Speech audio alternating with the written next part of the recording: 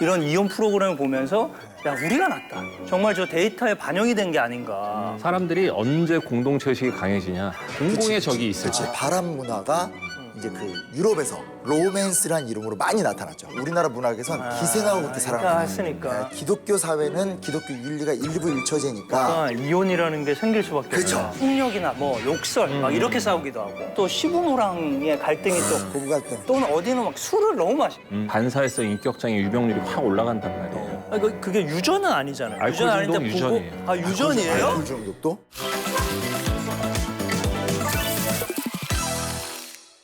이혼 건수가 작년에 네. 무려 28년 만에 최저치를 기록했다고 합니다.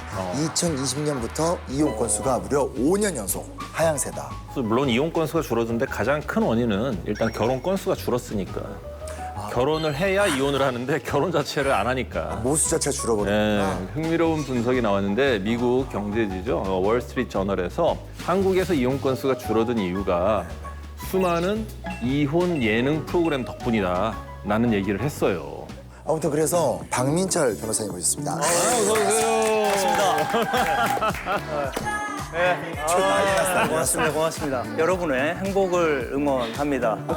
이혼 숙녀 캠프에서 나온 박민철 변호사입니다. 반갑습니다. 반갑습니다. 이게 사실 박민철 변호사님이 이제 그 우리나라 1등 로펌인데 김앤장에 근무하시잖아요. 근데 거기서 어떻게 사실은 원래는 엔터 쪽 전문 변호사시잖아요. 큰 회사 대상으로 하는. 네. 엔터 전문이고 엔터 전문을 하면서 여러 탑스타들의 이혼 사건을 하면서 이혼 전문으로 또 제가 연결이 된 거죠. 지금 얘기하신 것처럼 그 큰 로펌에서 이혼 사건을 하기가 쉽지가 않죠, 사실. 네, 아주 큰 건 아니면 이게 이제 대학병원 느낌이고 여기는. 그렇죠. 종합병원이. 네, 종합병원 느낌이고 약간 저 같은 개인 로컬 의원 느낌이고 이런 느낌이에요. 스타 이혼 전문 변호사님이세요? 본인이 스타라고 생각하시면 언제든지 찾으시면 돼요. 아니면 이혼을 통해서 스타가 되고 싶다. 이러면 저한테 오세요. 어릴 때까지 변호사 여러분 많이 봤거든요. 캐릭터가 완전 다르신데요? 다르죠. 네. 사실 개인적으로 친구인데 처음에 명함을 받았는데 둘 중 하나를 생각을 했죠. 김앤장이 거짓말일까? 변호사가 거짓말일까? 한동안 우리나라에서 부부 갈등에 대한 거를 소재로 예능을 엄청나게 많이 했어요. 그렇지. 이혼에 대한 예능이 시작된 게 이름부터 재밌어, 제목부터. 우리 이혼했어요. 우이요. 이거는 사실 딱 처음 나왔을 때 이슈도 많이 되고 말도 많았거든요. 그게 약간 잘 되면서 이혼 예능이 엄청나게 많이 나왔죠. 오은영 리포트 결혼지옥이라든지 결혼과 이혼 사이 뭐 한 번쯤 이혼할 결심. 그리고 다 패러디다. 그러니까. 우리 결혼했어요. 사랑과 열정 사이. 그리고 지금 최고 정점을 찍고 있는 이혼 숙녀 캠프 등 뭐 굉장히 많은 컨텐츠가 나오게 됐고 또 거기를 통해서 이제 우리 박민철 변호사님 같은 또 스타들이 만들어지는 거죠. 걸출한. 걸출한. 그 한국의 결혼 수명이 길어지는 비결이 그 네. 수많은 이혼 예능 프로그램 덕분이다. 요즘 사실 그 얘기를 많이 듣고 있어요. 어떤? 그러니까 이런 이혼 프로그램을 보면서 야, 우리가 낫다. 우리 가정은 진짜 지킬 만하다. 이 얘기를 많이 하거든요. 근데 그게 실제로 정말 저 데이터에 반영이 된 게 아닌가. 제가 그러니까 뭐 가정의 이 행복을 지키는 지킴이 역할을 톡톡히 하고 있는 것이 아닌가. 잠깐만. 그것까지는 아니고요. 죄송합니다. 사실 이런 이혼 예능도 비슷한데 이제 어떻게 보면은 실제 출연자가 나오셔가지고 이제 실제 생활들을 약간 과장되긴 하겠지만 보여주잖아요. 그러면은 이런 프로들의 특징은 대부분 부부가 함께 보면서 욕하면서 봐요. 그래서 사람들이 언제 공동체 의식이 강해지냐. 공공의 적이 있을 때. 타자를 보면서. 둘이 같이 제욕을 하면서 야 그래도 네가 쟤보다 낫다. 네가 쟤보다 낫다 하면서 약간 상대에 대한 신뢰와 애정이 올라가고 그래서 좀 결혼 만족도가 올라가는 효과를 가져오진 않나라는 생각을 해봅니다. 독재자들이 전쟁을 일으키는 이유도 내부 갈등의 봉합에 실패하게 되면 내부의 적. 전쟁을 통해서 우리를 이렇게 지키는 이혼도 그런 효과가 있구나. 지금 하신 말씀대로 사실 이혼 숙녀 캠프가 세 쌍이 나오잖아요. 그렇죠? 요게 각자 다 나름의 사정들을 다 있어요. 근데 나름의 사정에서 아주 사실은 고민의 거의 최정점에 있는 고민들을 얘기를 하거든요. 폭력이나 뭐 욕설 막 이렇게 싸우기도 하고 어디는 또 시부모랑의 갈등이 또 부부 갈등. 심하고 이런 것들이 있으면 또는 어디는 막 술을 너무 마시고 거의 아주 정점에 있는 특징들을 얘기하다 보니까 사람들이 다 앉아가지고 저게 진짜야? 저거 제발 대본이라고 해줘 뭐 이런 얘기를 하는 거잖아요. 그 촬영을 하고 있는 그 세 커플도 서로 얘기를 합니다. 세 커플도 자기들끼리도? 보면서 야 진짜 저거 난 진짜 못 살아. 야 너라서 다행이다. 야 이 얘기를 해요 이 안에서. 야 나는 술만 마시지. 나는 안 때리잖아. 그러면 살만한 것들을 본인들도 찾아가면서 또 이제 이 가정을 지키기 위한 노력들을 하는 거죠. 이게 어쩔 수 없어요. 본인들의 그 합리적인 또는 정당화된 근거를 서로 찾기 위한 노력들을 합니다. 그래서 그런 심리들이 작용해서 이게 우리나라 그 이혼율을 떨어뜨리는데 제가 큰 일조를 하지 않았나.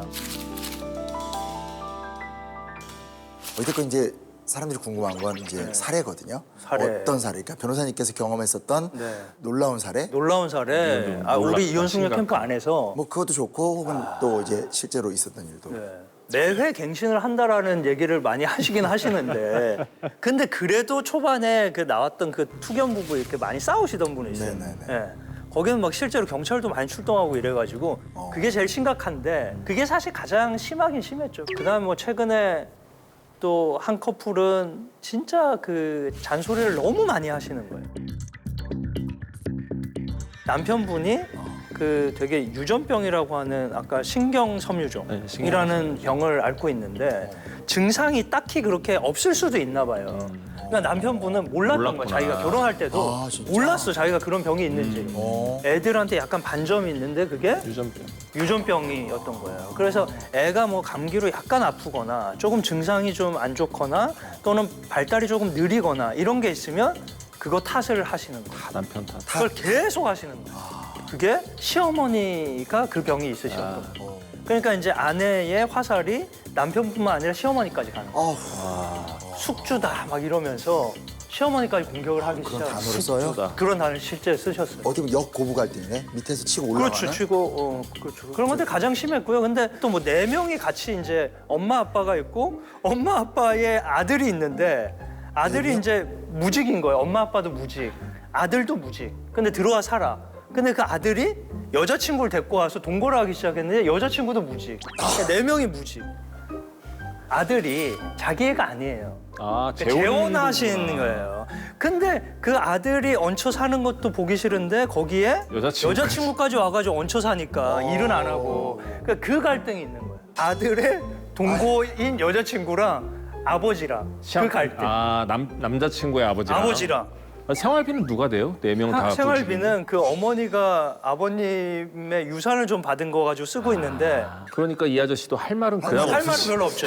자기도 뭐 안 하면서 뭘 얘기를 하네 이렇게 되는 거죠. 댓글들이 제가 한번 봤거든요. 그랬더니 야 이거 역대급이다 이랬더니 밑에서 그래도 여전히 그 걱정 부부가 스틸 1등 뭐 이런 식으로 이제 계속. 근데 그게 아직 1등을 탈환을 못했어요.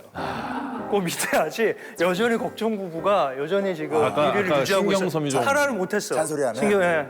그래서 지금 서로 계속 이게 순위가 어떻게 바뀌는지 그거를 여러분들이 계속 보고 계시더라고요. 사실 이런 거하고 비슷하다고 봐요. 당신은 이것만 아니면 너무 괜찮아. 이거 똑같다고 생각을 해요. 왜냐하면 근데 이것만 없으면 이것만 아니면 참 좋은 사람이야라는 얘기를 그 사람한 당사자한테도 하고 주변에도 하는데 이것만이 없어질 리가 없거든요. 이것만이 해결이 안 되기 때문에 결국엔 전체가 해결이 안 되는 거예요. 그러니까 아무리 그 나온 새싹 그분들이 이제 서로 상대방 부부들을 보면서 야 그래도 나는 이건 없잖아, 나는 이건 없잖아 했는데 바꿔 얘기하면 그건 없지만 거기에 출연하게 된 내 본 문제에 대한 얘기는 못 한단 말이에요. 그건 해결이 안 되는 상황이기 때문에 한 번이라도 이런 모습 보이면 연애 때는 당연하고 결혼 중에라도 이 결혼 관계를 잘 생각해봐라. 되게 위험하고 진짜요? 고쳐지기 힘든 것들이기 때문에 첫 번째가 폭력이죠, 폭력. 폭력. 많은 분들이 오해하는 게 신체 폭력만 폭력이라고 생각하는데 대부분의 폭력은 코스가 있어요. 처음에 언어 폭력으로 시작해요. 말 이쁘게 하다가 손 올라가는 경우는 거의 없고 처음에는 고성 소리 지르고 욕설, 폭언을 욕하고. 하다가 그 다음 단계가 기물파손이죠. 크레센도처럼 뭘 집어 올라가는구나, 던지거나 집어 때려 던지고. 부시거나 그 다음에 신체 폭력으로 가는 거. 그래서 언어 폭력이 시작될 때부터 일단은 조심해야 된다라는 거. 두 번째로 많이들 오해하는 게 폭력의 대상이 내가 아니라고 괜찮은 게 아니거든요. 나한텐 겁나 잘해. 네, 잘해. 근데 핸들 운전대만 잡았다가 운전대만 막 쌍욕을 받으면, 하고 보복 운전을 하고 아니면 술만 먹었다면 옆 테이블하고 시비 걸고 싸우고 아니면 나랑 싸우다가도 화가 나면 막 벽을 주먹으로 치고 이런 사람은 이쪽으로 결국엔 오나요, 내가 결국에? 그 폭력의 대상이 될 수밖에 그래요? 없단 말이에요. 근데 많은 분들이 그런 모습을 보고 나한텐 잘하니까. 두 번째가 이제 알코올 중독을 포함한 중독이죠. 아까 술 문제 얘기 나왔는데 술, 도박 아니면은 뭐 저기 뭐야 마약. 마약 너무 말할 쉬운 것도 거? 없고 네. 마약, 게임. 뭐 게임도 마찬가지. 지나치- 이런 야동.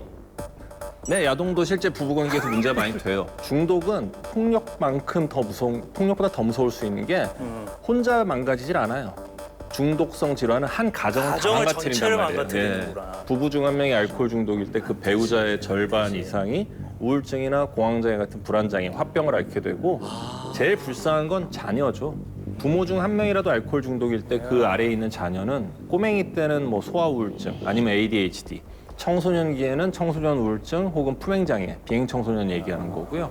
성인이 되면 유전에 의해서 같은 알코올 중독 아니면은 반사회성 인격장애 유병률이 확 올라간단 말이에요. 그게 유전은 아니잖아요. 알코올 유전 아닌데 중독 유전이에요. 아, 유전이에요? 알코올 중독도? 모든 정신과에서 다루는 질환이 유전 성향이 없는 질환은 없지만 특히나 중독성 질환은 유전 성향이 강하고 알코올 중독의 원인 하나 꼽아라 그러면 유전입니다.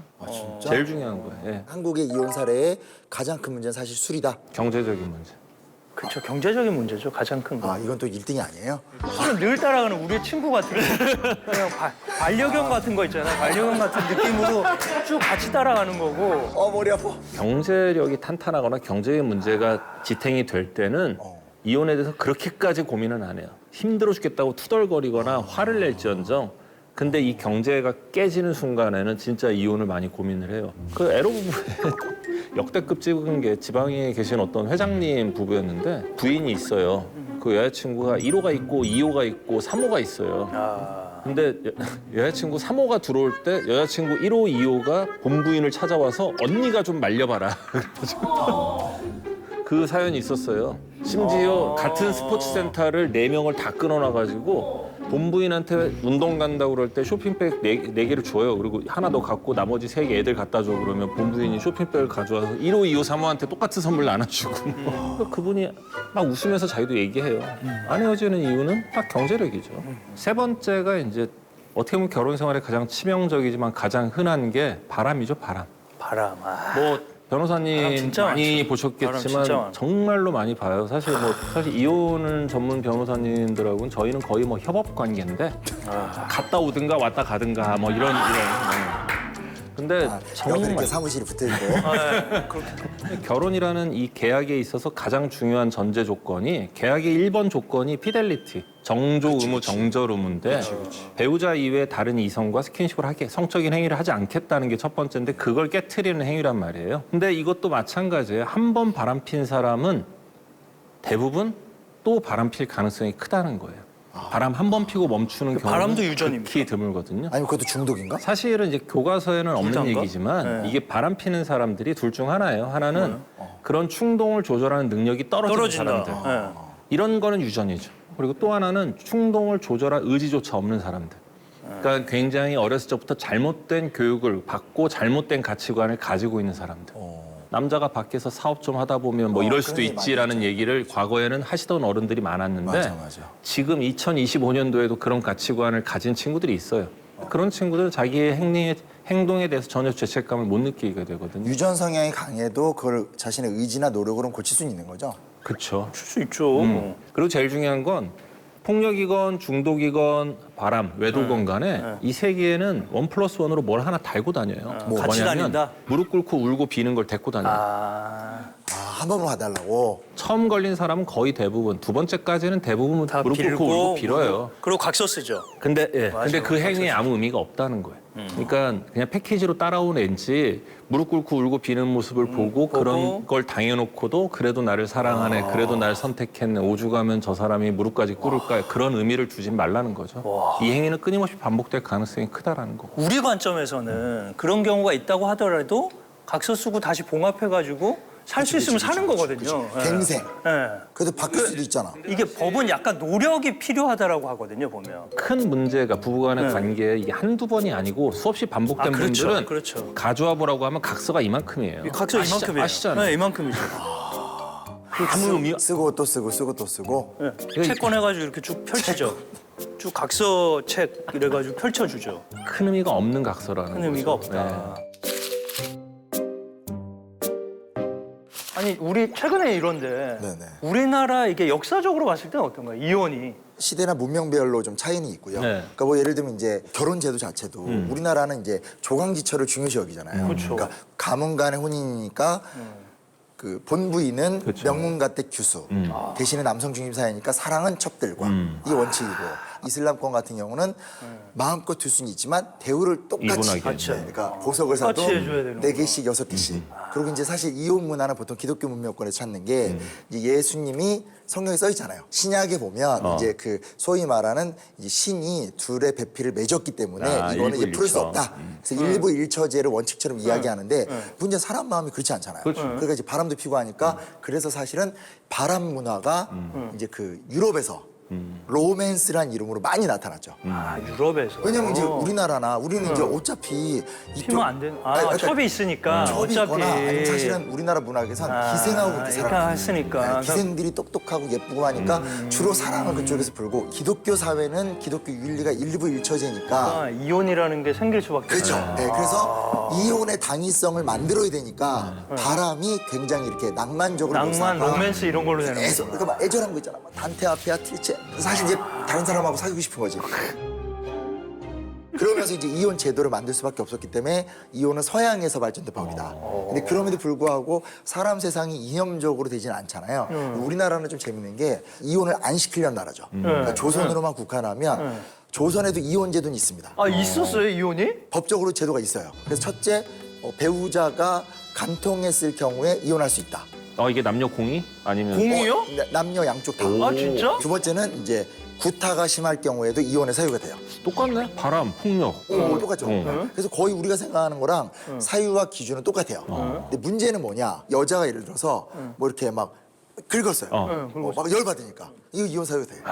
근데 남자가 두들겨 팼어. 그건 잘 안 돼. 그러니까 이게 문화가 남성 중심 사회니까 법은 이렇게 써 있지만 남성의 폭력에 대해서는 굉장히 관대하고 여성의 폭력은 이혼의 사유로 많이 활용이 돼요. 근데 그럼에도 불구하고 조선에서는 이혼을 가급적 안 시키려고 했어. 왜 안 시키려고 하냐? 조선은 가족이 중요하잖아요. 그렇죠. 유교윤리. 그래서 국가가 이혼을 허락하는 경우는 정말 거의 없어요. 근데 쫓아내긴 하잖아요. 그래서- 그냥 너희 집을 꺼져라 이렇게. 그래서 핵심이 뭐냐면 핵심이 우리는 지금 이혼을 잘 시키는 게 핵심이잖아요. 혹은 이제 숙녀를 시키는 건데 그게 아니라 조선에선 여자가 소박을 당했을 때 이 여자를 소박 안 당하게 하는 법은 되게 집행이 많이 돼요. 그러니까 남자가 버린 거야. 근데 국가가 이 남자님이 바람이 난 거잖아요. 근데 너 못 버려. 그래서 같이 살아. 아 진짜? 그래서 법적으로 이 여자가 돌아와요. 이렇게 해서 수년간 아주 불편한 동거가 진행되는 아, 과정이 진짜? 많아요. 네. 요게 조선에서는 가장 중요한 이혼 소송의 핵심이에요. 그 조선 전기 때는 개 중에는 이제 남자가 진짜 나쁜 놈이야. 이럴 경우에는 진짜로 막 그 국가에 알려서 이혼하는 사례도 가끔 있어요. 뭐 세종 때 김가물이라는 여성도 가가지고 이거 나 너무 억울하고 남자가 정말 부정을 너무 많이 했다 해서 이혼했던 사례도 있고 중종 때는 이제 경덕의 어떤 여자가 이 남편의 배우자 문제를 넘어서서 시아버지가 자기를 너무 괴롭힌다고 그래서 시아버지의 이건 진짜 부정과 우리 법 사유네. 비리를 알아내서 국가에 신고를 해서 이혼한 사례도 있어요. 그게 직계존속이 심히 부당한 대우네. 지금 그 법에 딱 있어요. 그렇게. 아 그래요? 네. 근데 그런 건 어디에 나와 있는 거예요? 누가 어디에 써져 있는 거예요? 이런 건 이제 일단 뭐 경국대전에도 법 아, 규정이 있고 경국대전. 이제 그 당시 이제 여러 문헌들에서 좀 확인할 수 있죠. 난 또 누구분 뭐 일기 같은 건 줄 알았는데 그게 아니라 일기보다는 진짜 공식 문헌에 있는 거네. 그래서 조선은 다 법으로 운영이 되는 사회니까 다만 이제 법의 운영 방식이 지금하고 다른 거죠. 지금은 개인 간의 권리가 중요한 거라면 그때는 가족이라는 게 핵심이니까 국가가 가족을 지키기 위해서 노력을 많이 근데 하게 되는. 이 역사적인 의미가 지금 우리 법에도 사실 약간 담겨져 있는 거예요. 우리 법도 보면 귀책주의잖아요. 이혼. 그치. 파탄주의가 아니잖아요. 그 남편이 야 나 더 이상 못 살겠다 바람을 그냥 우리나라도 이혼하기 바람 힘들잖아. 피고 이혼 못 하잖아요. 그러니까. 우리는. 그러니까 네가 책임이 있으면 이혼 못 한다는 거예요. 문화가 계속 거의 내려오는 내려온 거죠 사실은. 내려오는 거네. 다른 나라는 파탄주의도 많아요. 그러니까. 야 아, 이미 진짜? 이미 야 깨진 거 그냥 깨지 뭘 그걸 그러니까. 하냐 이거거든요. 그 역사적 의미가 있네. 드라마가 하나 더 나왔답니다. 이혼 보험. 배우도 오. 이동욱 씨가 여기서 3번 이혼한 남자. 아. 우리가 이제 실손보험 같은 게 이제 계속 이제 나이가 장수하면서 그러니까. 어디 다치면 바꾸고 실손보험 만들어서 플랜을. 해주고 자동차 보험도 상품 만드는 사람들이구나. 설계사네. 종신보험도 오래 사니까 막 하는 것처럼 이혼이 흔해지니까 이혼을 위한 보험을 설계해주는 설계해주는. 이혼보험이 잘 모르겠는데 막상 생기면 도움이 되지 않을까?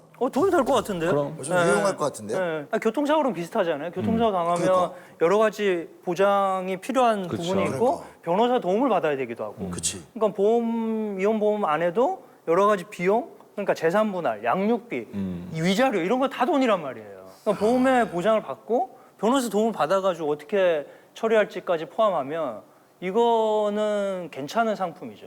근데 사실 변호사 입장에서는 사실 그렇게 바람직하지 않아요. 그치. 보험 쪽으로 가면 아무래도 우리 단가에 좀 영향을 미쳐요. 반대입니다, 저는. 사실 우리나라에서 이제 위자료가 너무 적잖아요. 현실적이지 않잖아요. 그거 말이 되게 그러니까 많죠. 이거 적죠. 제 맞아요. 아까 이제 귀책주의라고 그러셨는데 저는 사실 파탄주의를 주장하는 사람으로서 역시. 간통법이 폐지가 될 때 그때 위자료를 같이 건드렸어야 되거든요. 근데 우리나라는 간통법은 폐지가 되면서 위자료를 손을 못 댔기 맞아, 때문에 맞아. 저한테 오시는 분들은 대부분 배우자의 외도 때문에 힘들어서 오시는 피해자분들이란 말이에요. 그러니까 너무 화가 나고 안타까운 게 이분들이 피해자야. 정말 내가 잘 살다가 교통사고 당하듯이 길 가다가 맞아, 트럭에 맞아. 치인 것 같은 느낌인데 받을 수 있는 게 별로 없단 말이에요. 맞아요. 결혼한 지 몇 년 안 됐거나 아니면 남편 명의의 배우자 명의의 재산이 없거나 이러면 재산 분할 해봤자 받을 것도 없고 이런 분들을 위해서 저는 이혼 보험이 있으면 되게 좋겠다는 생각을 했어요. 사실 위자료를 제대로 현실화하기 전까지는 도움이 되겠다. 그런 생각이 딱 찬성입니다. 들어요. 아, 오늘 좀 되게 낯선 컨텐츠 다뤄봤는데 어떠셨나요 오늘? 뭐 너무 도움이 많이 됐고요. 제가 앞으로 또 이혼 전문 변호사로서 업무를 하는데 아주 큰 도움이 될 것 같습니다. 어떤 도움이 될지는 제가 구체적으로 답변 드릴 수는 없는데 큰 도움이 아무튼 될 것 같고 그나마 하나 좀 다행스러운 거는 이혼이 좀 줄고 있다. 다행입니다. 이혼이 줄고 여러분 가정이 평온해져서 참 다행입니다. 그게 가정 지킴이 씨. 가정을 계속 지키면서 네, 수고하셨습니다. 고맙습니다. 네.